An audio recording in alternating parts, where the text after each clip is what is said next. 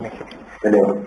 आगे बढ़ते हैं और हम बात करते हैं कुछ नए एरियाज ऑफ एक्सपोर्ट की। तो हमने बात की जो भारत कर रहा है अब, डिफेंस, इलेक्ट्रॉनिक्स, लेकिन कुछ पुराने एरियाज भी हैं जहां हमारी बहुत पारंगत है, और वो है जेम्स एंड ज्वेलरी एक्सपोर्ट्स। विपुल शाह, जो James and jewellery export promotion council के चेयरमैन है, वो हमारे साथ जुड़ रहे हैं अब बात करने के लिए। गुड मॉर्निंग विपुल, बहुत बहुत शुक्रिया हमसे बात करने के लिए। सबसे पहले सवाल ये उठता है कि जो हमारे सबसे बड़े मार्केट्स हैं, यूरोप, यूएस और दूसरे बहुत एफ्लुएंट हिस्से जो है विदेशों के, वहां पे एक स्लो डाउन का मसला आ गया। इनके सबसे बड़े बायर, जो हमारे जेम्स एंड ज्वेलरी के बायर यहीं बैठते हैं, रिटेलर्स वगैरह।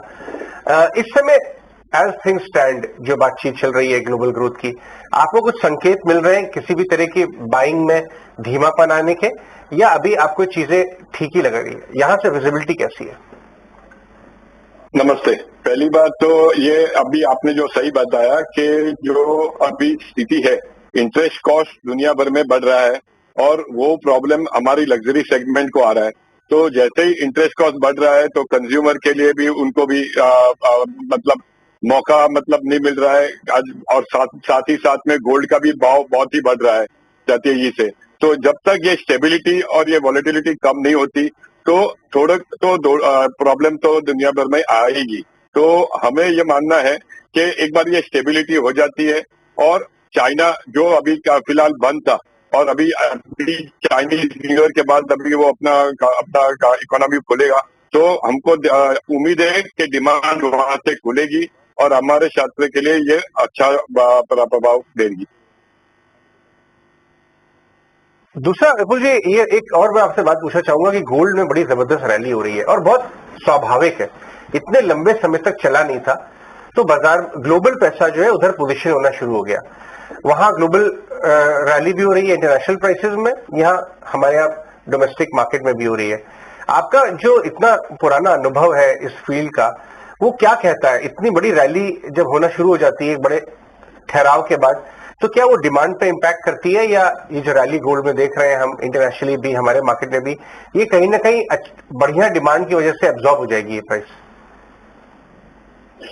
मेरे हिसाब से हमेशा जब भी गोल्ड तेजी तक कोई भी चीज आती है तो उसको टाइम लग जाता है स्टेबिलिटी होने में। एक जैसे 50,000 पे भी हम लोग को लग रहा था कि गोल्ड कौन खरीदेगा, लेकिन धीरे धीरे स्टेबिलिटी आने पे लोगों को कॉन्फिडेंस आने को लगा और गोल्ड के भाव वापस स्टेबल होने पे डिमांड खुली। तो इसी तरह जो हिसाब से अभी वापस जो गोल्ड बढ़ा हुआ है, तो ये स्वाभाविक है कि आज डॉलर के सामने एक रिजर्व करेंसी के हिसाब से भी गोल्ड बहुत ही अच्छी लोग को इन्फ्लेशन का सामने अच्छा खासा हेज बोला जाता है। इसलिए उम्मीद है कि 2023 के अंदर गोल्ड के भाव और ऊपर जाएंगे, क्योंकि आज चाइना भी खुला हुआ है और वो भी बहुत बड़ा कंज्यूम करता है। तो हमें लग रहा है कि जो हिसाब से भाव जा रहा है ऊपर 60,000 तो बहुत करीब में लग रहा है। आई वोंट बी सरप्राइज अगर 65,000 भी आवे, लेकिन एक बार स्टेबल होने पे धंधा फिर वापस उसके हिसाब से चल जाएगा। राइट। मिस्टर विपुल, एक सवाल आपसे, आखिरी सवाल पूछना चाहेंगे कि बजट से पहले अब इस पूरे आपकी काउंसिल की, आपकी इंडस्ट्री की क्या कुछ मांगे हैं, इंपोर्ट कॉस्ट को लेकर, इंपोर्ट ड्यूटी को लेकर, या फिर क्या कुछ और मांगे हैं आपकी?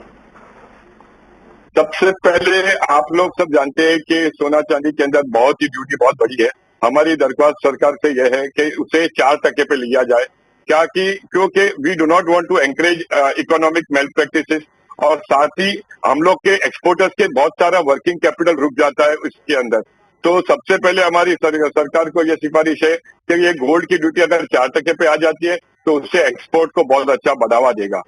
दूसरा, हमने एक रिपेयर पॉलिसी की प्रतिष्ठा रखी हुई है, और वो हमने कहा है कि अगर सारी ज्वेलरी दुनिया भर की अगर हम इंडिया में इंपोर्ट कर सकते हैं विद अ बैंक गारंटी, और वही चीज आज हम वापस एक्सपोर्ट कर सकते हैं, तो इससे क्या होगा कि जैसे टर्की और चाइना जैसे फिलहाल देशों में जो माल रिपेयर के लिए जाता है वो हिंदुस्तान आ सकता है, हमारी एम्प्लॉयमेंट बढ़ सकती है, और ये बहुत बड़ी मार्केट है, $5 बिलियन की ये मार्केट है। तो आज यूएस उसका 30% का कंट्रीब्यूशन यूएस मार्केट से, तो India could be a very big trading hub.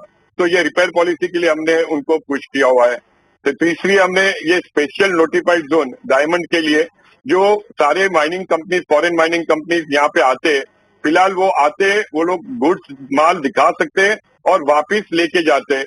और क्योंकि यहाँ पे टैक्स का सिस्टम बहुत कॉम्प्लेक्स है, हमने सरकार को कहा है कि ये special mining company, special notified zone में ये सारे माइनिंग कंपनी अगर इंडिया में अगर माल बेच सकते हैं, उनके लिए एक प्रिजम्पशन टैक्स जैसे कोई भी प्रस्ताव रख सकते हैं, जो हमने 0.25 या ऐसा कोई भी हो, तो दुबई और बेल्जियम के साथ बराबर उनके साथ बराबर में मुकाबला कर सकती है। तो इससे क्या होगा कि आज हम सब जानते हैं कि 10 में से 9 डायमंड इंडिया, हिंदुस्तान आता है और कट एंड पॉलिश का एक्सपोर्ट होता है। तो सारा डायमंड इधर आएगा तो हमारा भी कॉस्ट नीचे आएगा और एक्सपोर्ट को भी बढ़ावा देगा। तो एक ये तीसरी ये चीज है। तो चौथी, हमने डायमंड इम्प्रेस लाइसेंस की हमने प्रस्ताव रखा हुआ है, जो पहले थी, जहां जब ड्यूटी निकल गई तो ये डायमंड इम्प्रेस लाइसेंस निकल गया था। डायमंड इम्प्रेस लाइसेंस हमने सरकार को इसलिए बताया कि लास्ट 3 साल का एक्सपोर्टर्स का जो भी एक्सपोर्ट है, तो उसका एवरेज पे हम लोग को 5 to 10% के बेस पे इंपोर्ट किया जाए। क्योंकि आज बोत्सवाना जैसे कंट्री में जो बेनिफिशिएशन लॉ है, तो वहां से हमारा भी मतलब जो कुछ डायमंड 5-10% जो बारगाव बनते हैं, तो ज्वेलरी के लिए, मिक्स के लिए अच्छा रहता है, तो वो हमारे इंडस्ट्री को भी सपोर्ट करे और एक्सपोर्ट को हेल्प करेगा।